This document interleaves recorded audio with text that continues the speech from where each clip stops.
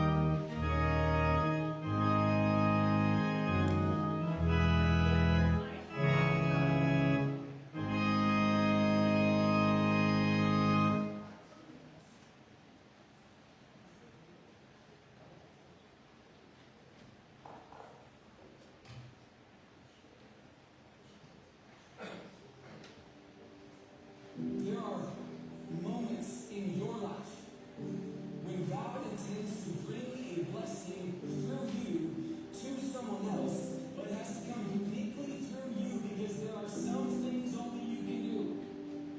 There are some needs only you can see. Some hands only you can hold. Some prayers only you can pray. Some tears only you can cry. Some gifts only you can give. Some meals only you can cook. There are some people only you can reach. Some moments only you can take. Think about it. God placed you in your specific family, in this generation, in this time in history, in your unique demographic situation, in this specific geographic location, so that you can make a difference there. What's your difficult step of obedience that's right in front of you? The great God made you be great, so act like it. Don't miss your moment.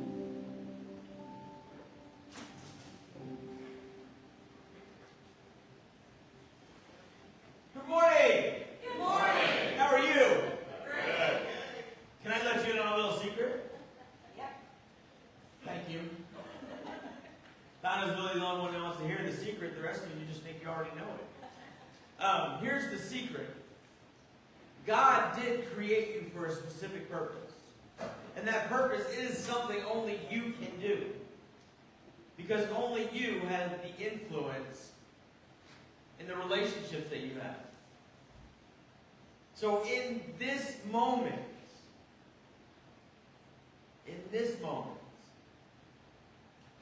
maybe you should be expecting God to do something great. Maybe in this moment, you should be expecting God to show up and encourage you to do whatever that thing is that you are purposed to do. Because here's the great thing. When God gives us the purpose of something, He also gives us the path to follow through on that purpose.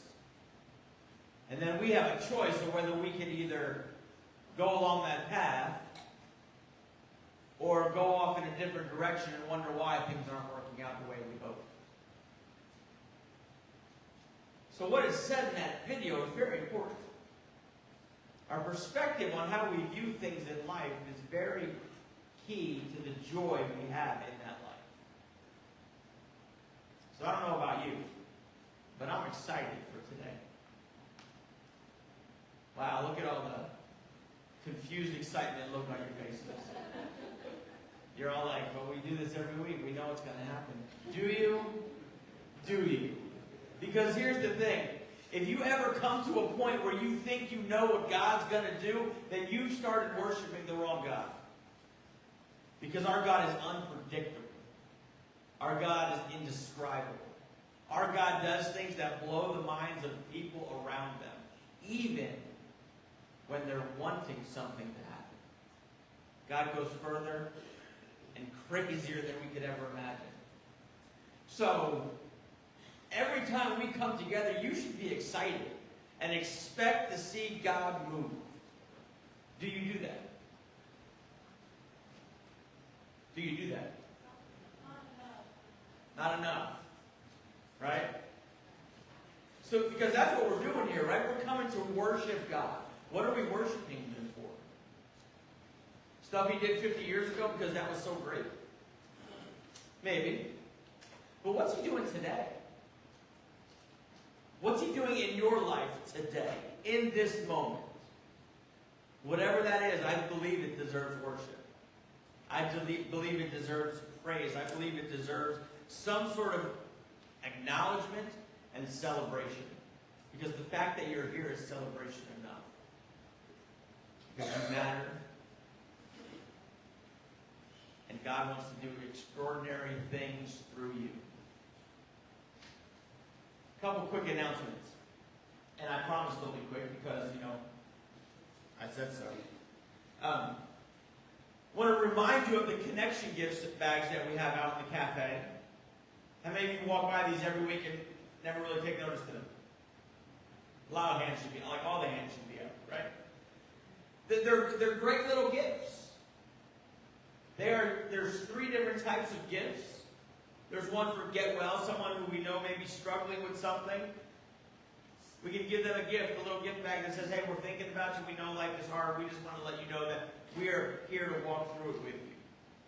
There's a thinking of you bag, or a missed you bag, that says, hey, we know life can get crazy, and we know sometimes you're at church and sometimes you're not at church. We just want to let you know we missed you.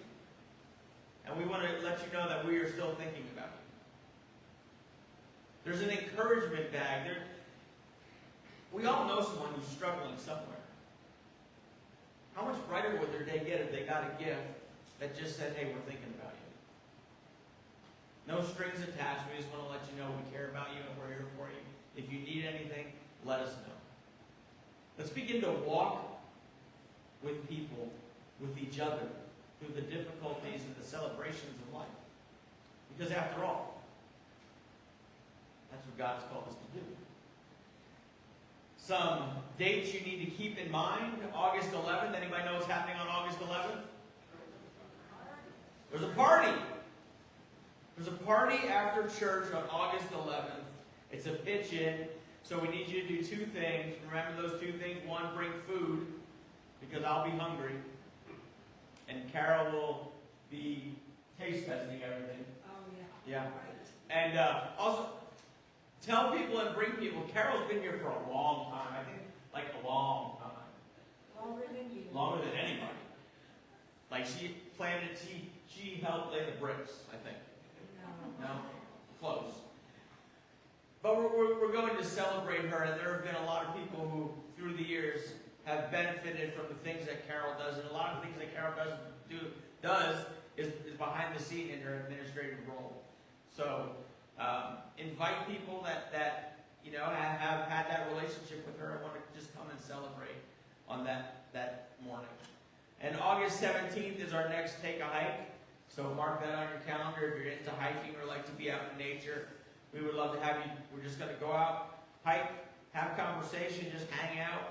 And then after the hike, we'll go and grab some lunch and continue our conversations, continue just getting to know each other and building relationships and building community. If you know anybody who you think you want to bring along, they're welcome too. It's open to anybody and it's for everybody. So let's remember that. Mark those on your calendar. We will dismiss for Kids in Divine Service. Miss Mindy is making her way to the back and she will meet the kids back there. And as they're heading out, would you stand if you're able for our opening prayer and our call to worship?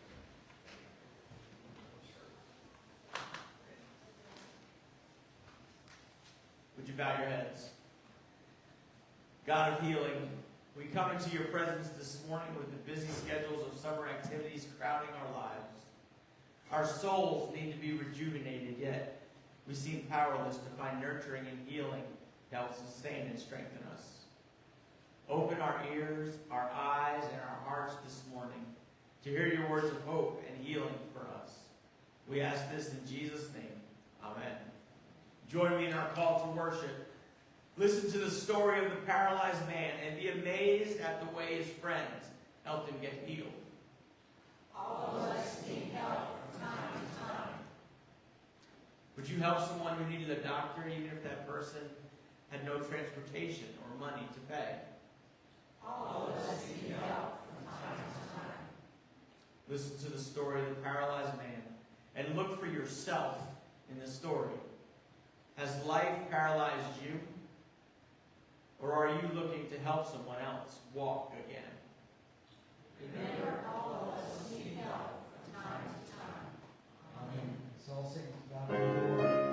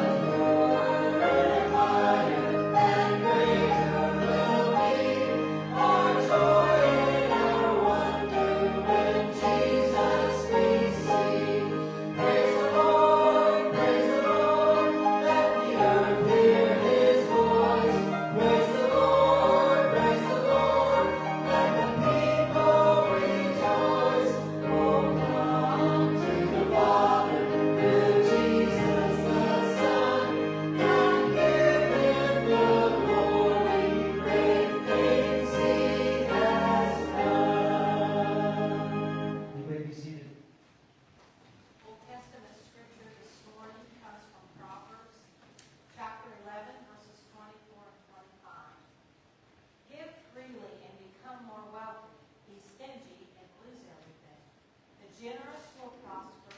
Those who refresh others will themselves be refreshed. This is the word of God for the people of God. Thanks be to God.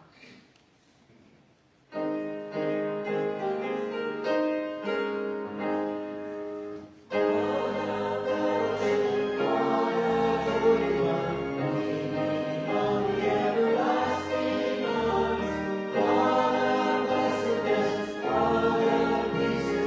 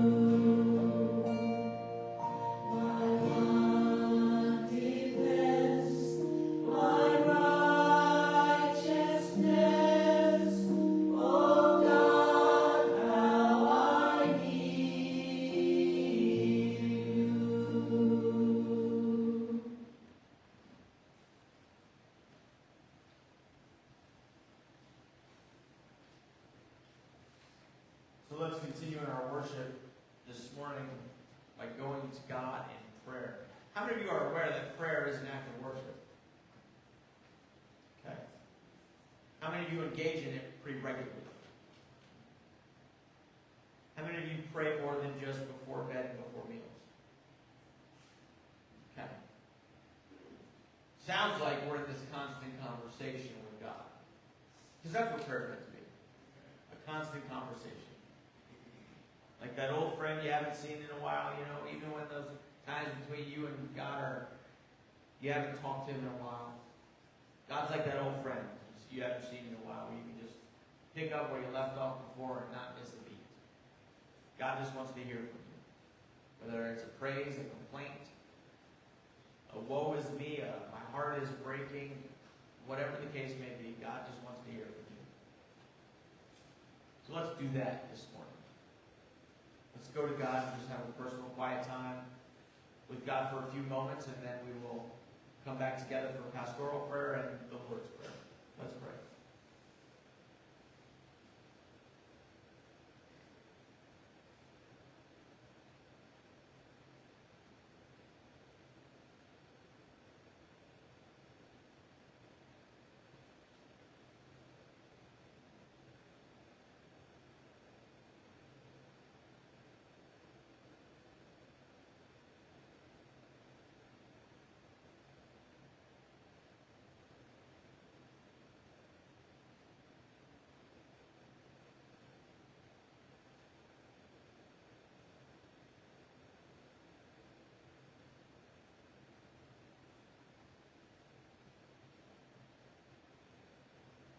God, there are often moments in life where we sit back and we wait. We wait for you to clear out all the obstacles. We wait for you to make everything better. But God, the reality is oftentimes we miss the way you are providing in the moment. We wait for obstacles to get moved out of our way instead of looking to the people walking alongside us through the journey of hurt that we're in. And God, sometimes we wait for you to do something miraculous. And God, sometimes that's us just taking a step forward in faith to trust and to believe and to engage with others the pain we may be feeling or the hurt we're dealing with or the joys and celebrations that we're keeping inside. God, you never leave us alone. God, you never abandon us to find out for ourselves. You always bring people alongside of us. God, I am guilty myself for always waiting for you to do something big and not having the right perspective of the things going on around me and the people around me. There are always people we've called to come and to serve alongside of us that we often don't give them the opportunity because we want to keep it to ourselves. We don't want to look weak. We don't want to look a certain way that may have people think differently of us. But God, we're called to live this life together, to strengthen and encourage one another, to come alongside and to be a vessel of your grace and your mercy in the lives of other people. So God, open our hearts and our minds this morning to believe that, to recognize those opportunities that we have, and that we can just share and love and serve with each other. And God, we are in need of healing this morning. I pray that you would just bring healing, whether that is through a miraculous touch, whether that is through a kind word or a kind gesture. God, we pray for healing to come.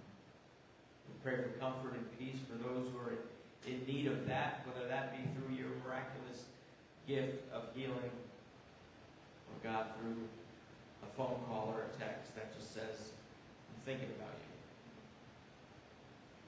God, may we begin to be the church you've called us to be. Not one that sits and waits, but God, that gets up and goes, and that we are active and engaged, and that we are real with each other. God, now we come to you saying those words you taught your disciples by saying, Our Father, who art in heaven, hallowed be thy name. Thy kingdom come, thy will be done, on earth as it is in heaven. Give us this day our daily bread, and forgive us our trespasses, as we forgive those who trespass against us. And lead us not into temptation, but deliver us from evil. For thine is the kingdom, and the power, and the glory forever. Amen. Continuing our worship this morning by bringing our tithes and offerings. Ushers, would you come? You know, we're accustomed to singing or listening to a special, whether it be a vocal or a accompaniment during the offertory. But God told me earlier this week, He said, Rick, since you didn't sing this song very well a couple weeks ago, I'm going to give you another chance. So, we're going to do something a little different. Actually, this is going to be sing along. So we're inviting you to sing this song during the offertory that we sang a couple weeks ago. Lead on, Good Shepherd.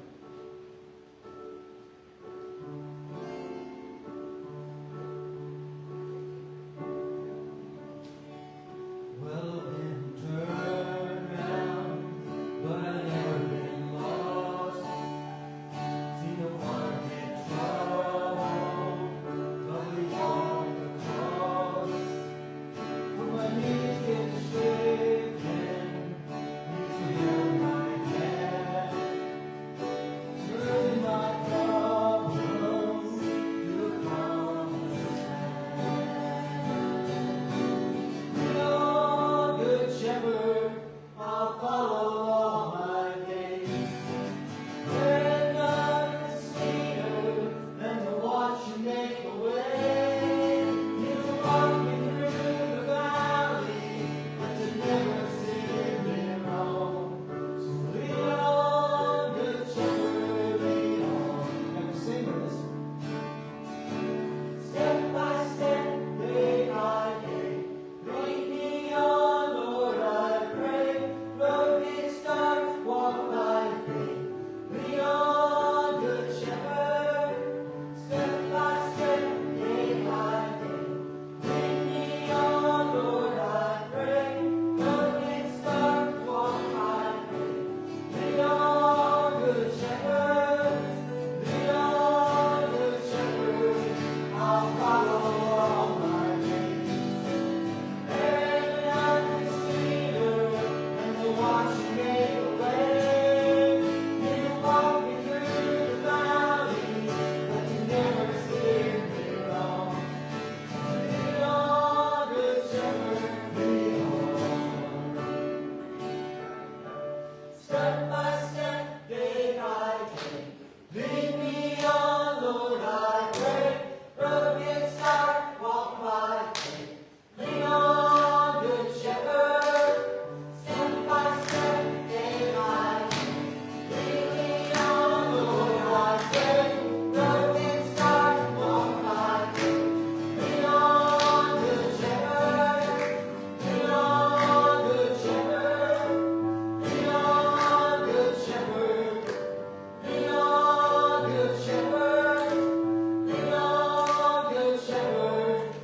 Lead on, Good Shepherd. Lead on.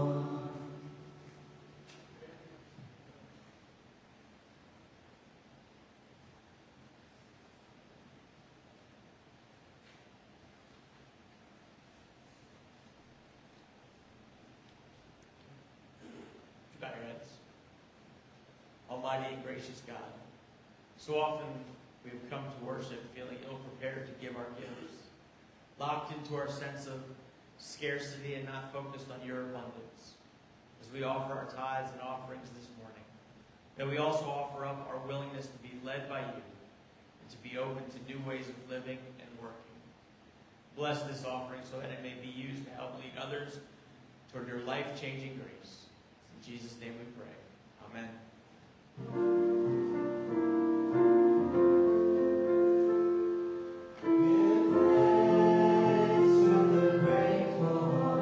Give thanks to the Holy One.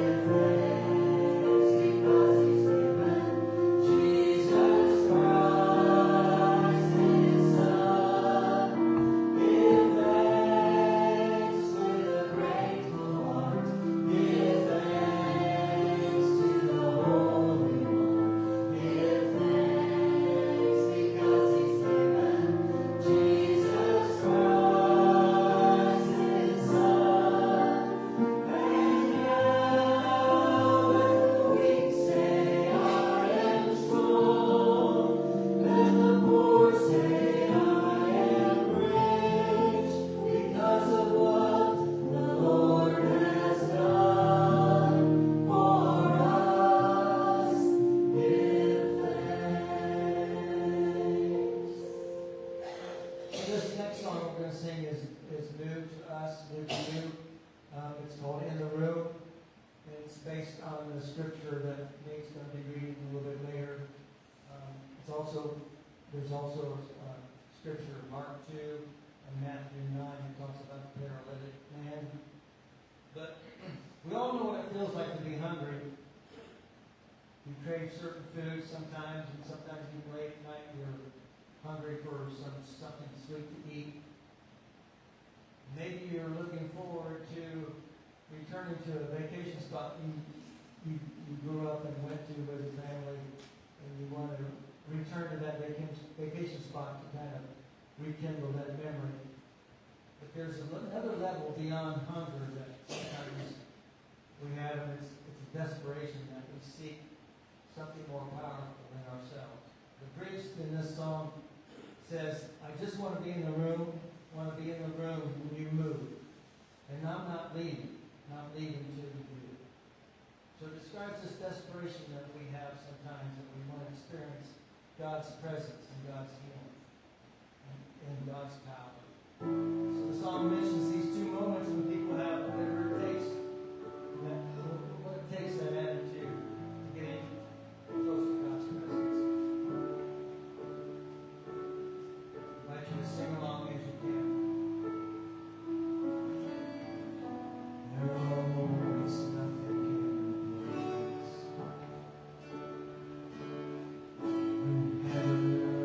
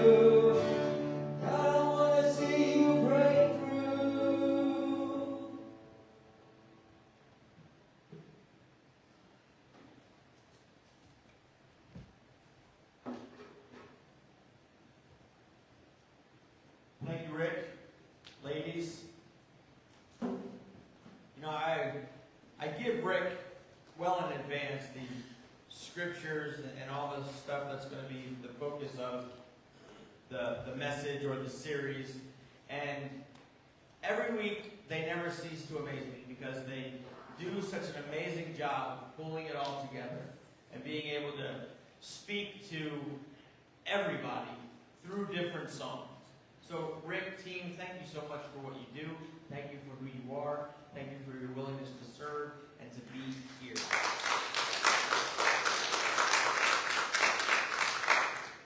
I almost feel like not preaching because you guys did enough, but since it's already prepared, I mean, we don't want to waste it, so we'll go ahead and do it. Today's New Testament scripture comes from Luke's Gospel, chapter 5, verses 17 through 26. One day while Jesus was teaching, some Pharisees and teachers of religious law were sitting nearby. It seemed that these men showed up from every village in Galilee and Judea, as well as from Jerusalem, as the Lord's healing power was strongly with Jesus. Some men came carrying a paralyzed man on a sleeping mat. They tried to take him inside to Jesus, but they couldn't reach him because of the crowd. So they went up on the roof and took off some tiles. Then they lowered the sick man on his mat down into the crowd right in front of Jesus. Seeing their faith, Jesus said to the man, "Young man, your sins are forgiven." But the Pharisees and teachers of religious law said to themselves, "Who does he think he is? That's blasphemy. Only God can forgive sins." Jesus knew what they were thinking, so he asked them, "Why do you question this in your hearts? Is it easier to say your sins are forgiven, or stand up and walk? So I will prove to you that the Son of Man has the authority on earth to forgive sins." Then Jesus turned to the paralyzed man and said, "Stand up, pick up your mat, and go home." And immediately, as everyone watched it, the man jumped up, picked up his mat, and went home praising God. Everyone was gripped with great wonder and awe, and they praised God, saying, "We have seen amazing things today." This is the word of God for the people of God. Thanks be to God. How many of you know what the word perspective means? Right? So if I use the word perspective quite a bit in this message, you're going to understand what I mean. If not, I want to make sure we're all on the same page. Perspective is essentially the angle from which we view something. All right, it's our line of sight, so to speak, right? Perspective allows us as individuals and as groups to experience things in different ways at the same time. Perspective is an amazingly interesting thing to me. Maybe that's just me being a weird person, but it's so interesting. Take, for example, this morning in worship. We're here together as a group, online and in person. One collective group. But each of us is experiencing our worship service in a different way. Because we're seated in different areas. Our vantage point is different. We're experiencing it in different ways. Our perspective determines what we see and how we see it. Our perspective impacts how we engage with what's going on around us. Another example for this is at a movie theater. How many of you have ever been to a movie theater? Okay, great. Again, people, individuals gathered together in a group at the same time, but they individually experience the movie in a different way. Sometimes us vertically challenged people find the perfect seat. I'm the person who gets there early to get my perfect seat. Dead center. I don't want to miss a thing. And then, someone who's not as vertically challenged as myself has the same idea. And they sit right in front of me. Makes it hard for me to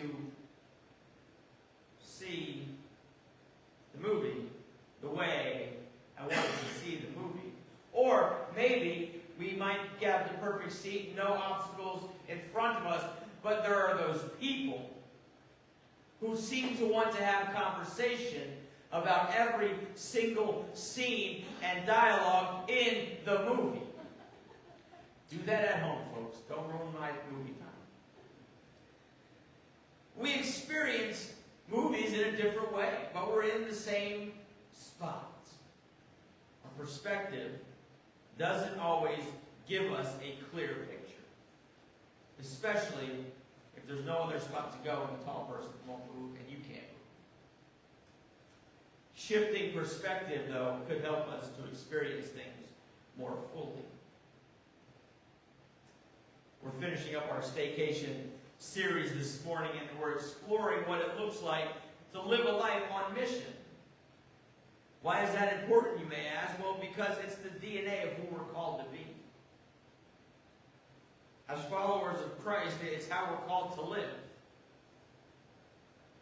This series has reminded us that being on mission doesn't require us to travel. It doesn't require all the hassles and headaches of luggage and airfare and the airports and all that stuff. It's shown us that the greatest ministry a person can have is right in their own community, right in their own backyard. Staycation has encouraged the church to serve and love others right where they are, and to view life's interruptions as opportunities for mission and for ministry, just like Jesus did. And after all, if we're in Christ, then our goal is to be more Christ-like, right?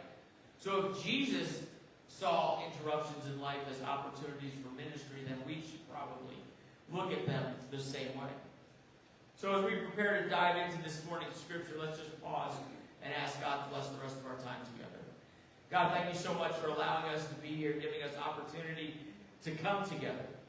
God, I pray that each one of us, from whatever perspective we're experiencing this, we would experience you in a fullness like we've never before. And God, that we would know that you have moved in this place when we leave. That we would be changed. We would begin to see things from a new light. And God, I ask that you speak to me and through me, allow nothing of myself to be remembered. Just the truth that we see in your word. Amen. Perspective is the angle from which we see something. And how we see something determines if and how we engage. Perspective impacts and influences both ministry and mission. In our scripture, Jesus was teaching to a packed house. And I'm sure you're all familiar with this story. There were some religious leaders from all over the area listening in, and Jesus teaching, and all of a sudden it's crashed by some friends who wanted to help their friend get healed. Realizing they couldn't get their friend to Jesus through the crowd of people, they shifted their perspective to another way of doing things. And they did what they could do in that moment to help. They went on the roof, and if you're familiar with houses around that time, there was generally the lower level, which was just this one open room, and on the outside of the house, where there was a stairway that went upstairs to the roof, which was called the upper room, and that's where things would happen also. And so that's where these friends take the paralyzed man on to the roof. Have you ever tried to carry a stretcher or anything up steps? It's not easy. So they go to the roof, they lower him down through the ceiling on his mat. Have you ever tried to do that? Can you imagine the struggle they had to keep it level, to make sure he didn't fall because he couldn't support himself? Until he was right in front of Jesus. Jesus tells the paralyzed man that his sins are forgiven. The religious elite were not having that because only God can forgive sins, but they weren't going to say that out loud. These were the folks who like to have the parking lot meetings after church.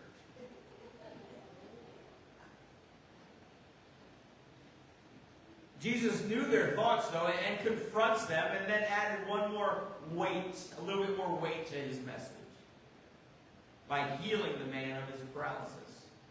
The crowd's amazed, and everyone leaves praising God. Sounds like a great story. But when it comes to this story, perspective is key. Depending on who you are in this story, your perspective impacts and influences how you see what is going on around you. So let's take a look at what I mean by examining the different perspectives we see in this story. First, we have the perspective of the friends, the guys carrying the man on his mat. These had to have been his good friends, right? They were his ride or dies. Are you familiar with the phrase ride or die? Yeah. It's the person who, no matter what you go through in life, is going to ride with you through the end or die trying, right? Those are the people who are willing to go through and do anything for you. They were focused on the need and did what they could to help their friend in need in that moment. You know, we need others in our lives to help carry us through difficult times, don't we? We need those people who are willing to walk through the difficulty with us. Because sometimes we're paralyzed. We're paralyzed ourselves with uncertainty, but the faith of others can help us get to where we need to be. But you know what else about that is you can be a person who helps carry others. You can be a person who helps carry others. You can be a person whose faith helps to bring healing to others because you're willing to journey with them through the difficulty. You're willing to walk alongside them. And your faith helps them heal. Ministry happens when we're willing to do the difficult things. When we're willing to do the difficult things to allow people to experience the love and grace of Jesus. Sometimes we have to do the difficult things. Sometimes it's not just about us getting carried through life and the difficulties, but it's us coming alongside others to help them.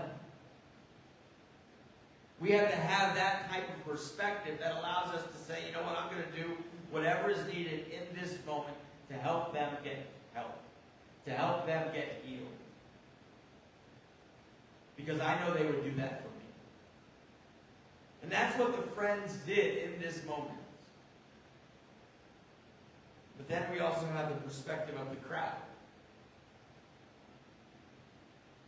And I think a lot of us maybe fit into that framework sometimes. You see, the crowd was so focused on what they were learning that they didn't leave any room for it to take place. They didn't leave any room to put it into practice. They were so focused on what they were learning. The crowd was not willing to be interrupted so that the need could be met.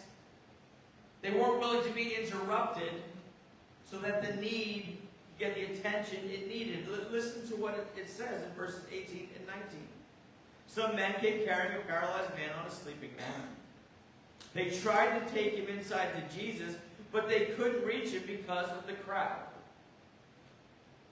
Can you imagine that? The crowd is so focused on listening to Jesus, and don't get me wrong, listening to Jesus is important. But they were so focused on that they didn't leave any room for the people to come through. They didn't leave any room for the Holy Spirit to be moving. The crowd was so focused. In his book, Life Together, Dietrich Bonhoeffer wrote, "We must be ready to allow ourselves to be interrupted by God." Do you allow yourself to be interrupted? Are you so focused on what you're learning in life and on your faith journey that you leave no room for needs to be met? Are you so focused on what God is doing for you that you don't see the needs around you? To love and serve others, you have to be willing to be interrupted. A believer can live faithfully, listening to the prompting of the Holy Spirit, and welcome the interruption as an opportunity for ministry, instead of a hindrance to ministry. How many times does that happen? We're on a mission trip, or we're doing something at church, and we know what needs to get done, but someone comes up with a question and we lash out.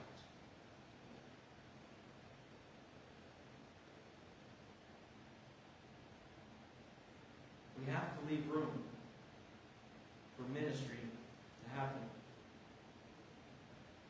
Because interruptions have the potential to expand ministry.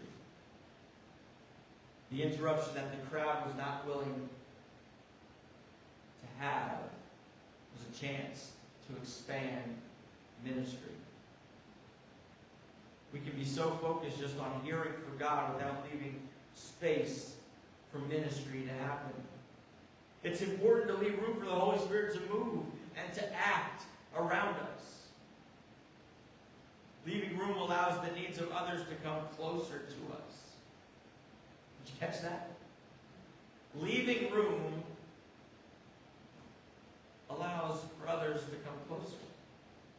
Because just think, if the crowd had left room, if their crowd was not so focused, could they have been able to get through? Leaving room allows the needs of others to come closer to us. Leaving space for the Spirit to move makes room for ministry to happen. You see, God is always creating opportunities for us to be in God's presence and to meet the needs of those around us. We need to have the proper perspective so that we can accomplish both. So that we can take advantage of the opportunities to become closer to God, as well as meeting the needs of other people. And then we have the perspective of the religious leaders.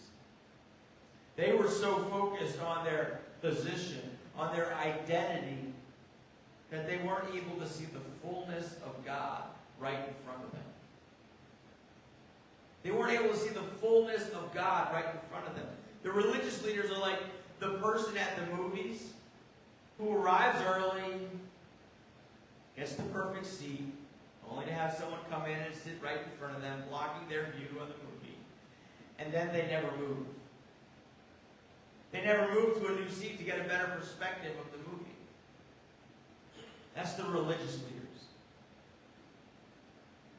They just sit there and allow the things going on around them to block out what they are truly seeing. The religious leaders were willing to miss the very best thing Jesus was about to do, because they were too caught up in their vision of ministry. They were too caught up in how they thought things should be done. Jesus was about to bring spiritual and physical healing. And they were willing to miss it. How often do we get so caught up in the way things need to be done that we miss the opportunity of what God wants to do right in front of us? God doesn't always accomplish God's work in the same way either. The same way God works in your life is going to be different than the way God works in my life. Why? Because we have different perspectives. We have different baggage that we carry around through life. We have different experiences. So God's going to use different ways to reach us.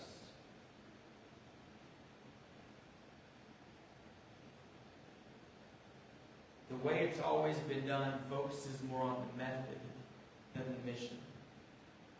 You see, the method is how we accomplish the mission. The mission is to make disciples of Jesus Christ for the transformation of the world. The method changes.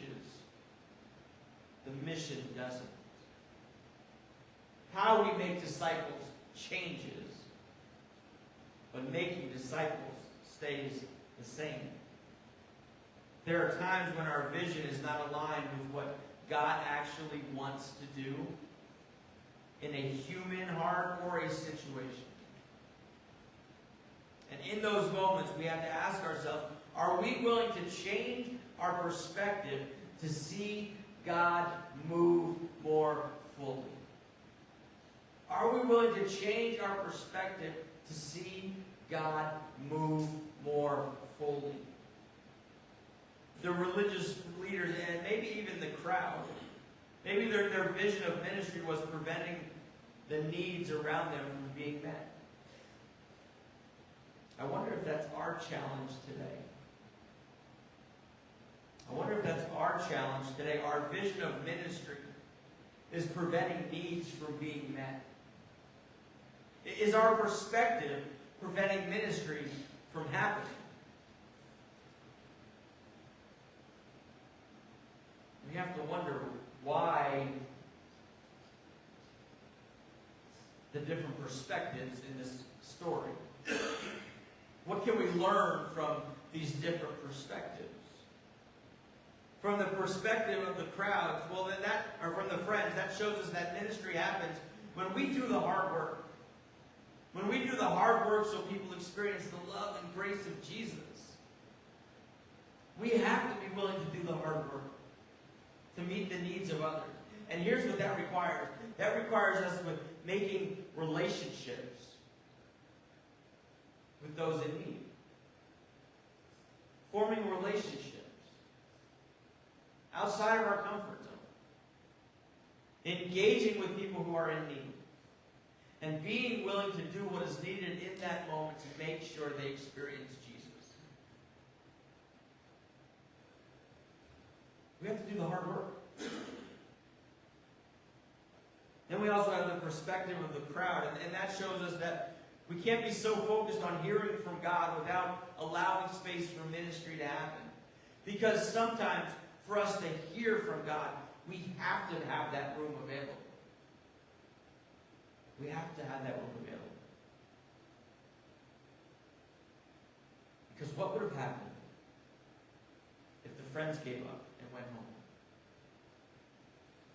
What if they would have come and the crowd was so focused on hearing from God, leaving no room for ministry to happen, and the opportunity for ministry left because the perspective was in the wrong area, from the wrong vantage point?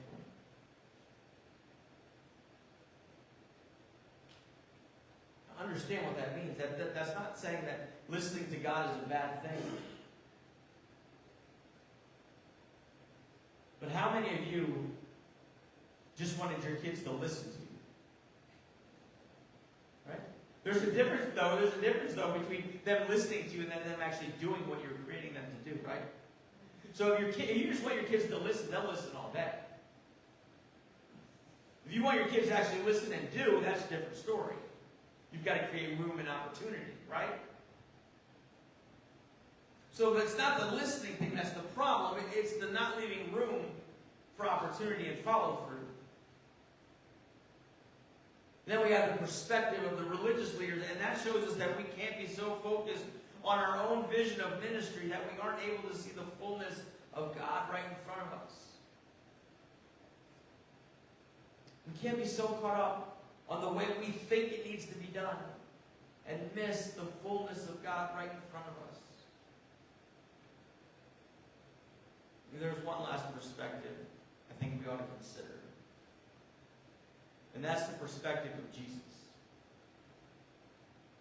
The perspective of Jesus, well, Jesus was so focused on what was going on around him. Jesus was focused on what was going on around him. He was focused on the crowd, and so he was teaching. He was also focused on the religious leaders because he understood what they were thinking. He was so focused on the friends and the paralytic that he saw them.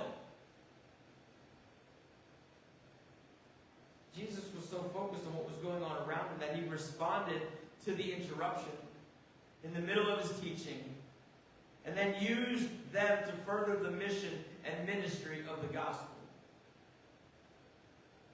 The perspective of Jesus allows us to see the need before us, and to make room for adjustments, while others take notes and learn about love, grace, and commitment.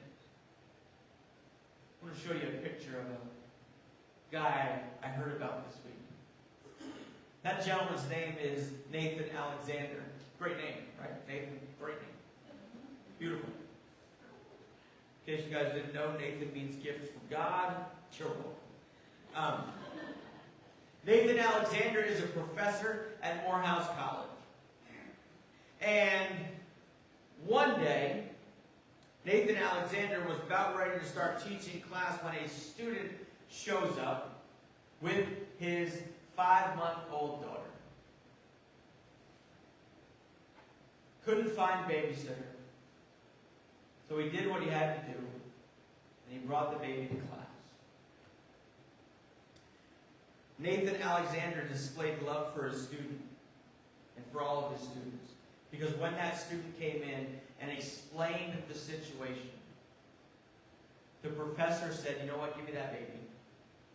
Strap the baby on me so that you can focus and take notes." The professor saw the need, adjusted to what he was about to do, and created opportunity for ministry to happen. And he taught the entire class just bouncing with the baby strapped to him. And the baby fell asleep. I don't know if that's good or bad about math, but Nathan Alexander displayed love for his students, grace toward the interruption, and commitment to his calling. You see, we can be focused on what we want to do. We can be focused on hearing and doing. But we have to be willing to adjust. We have to be willing to leave room for ministry to happen. Jesus shows us that people are a priority. And the believer can model that.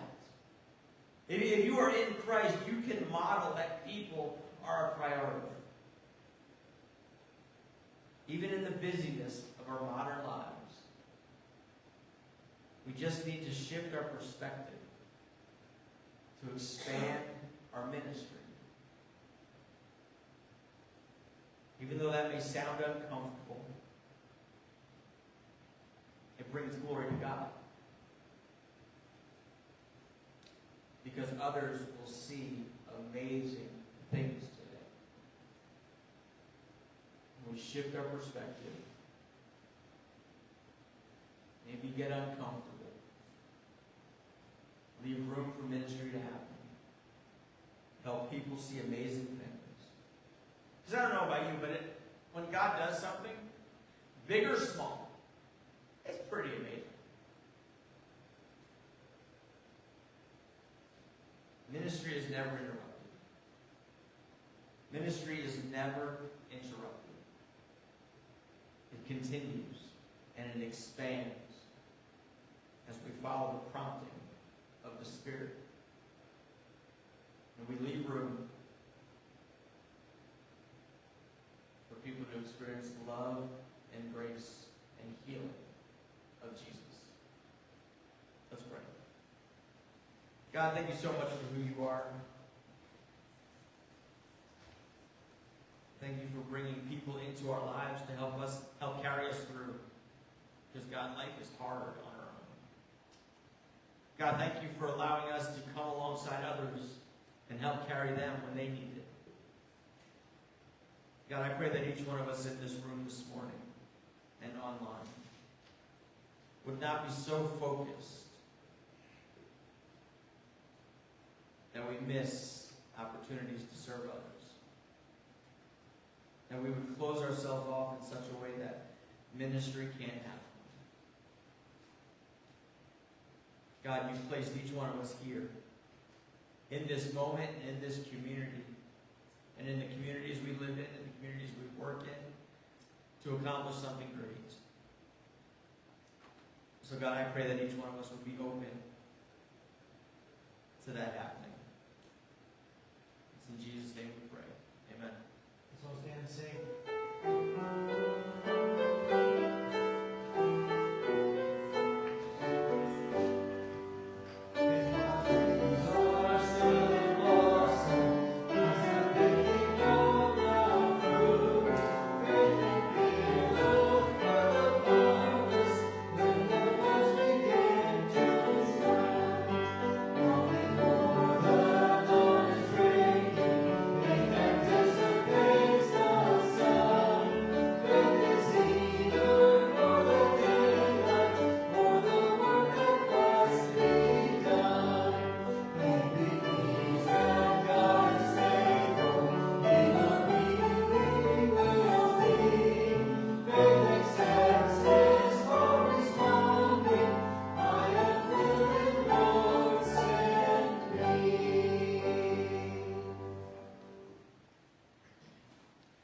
May you receive these words as you leave. Go from here knowing that God's healing love goes with you as you listen for the promptings of the Holy Spirit to respond to life's interruptions as opportunities for ministry.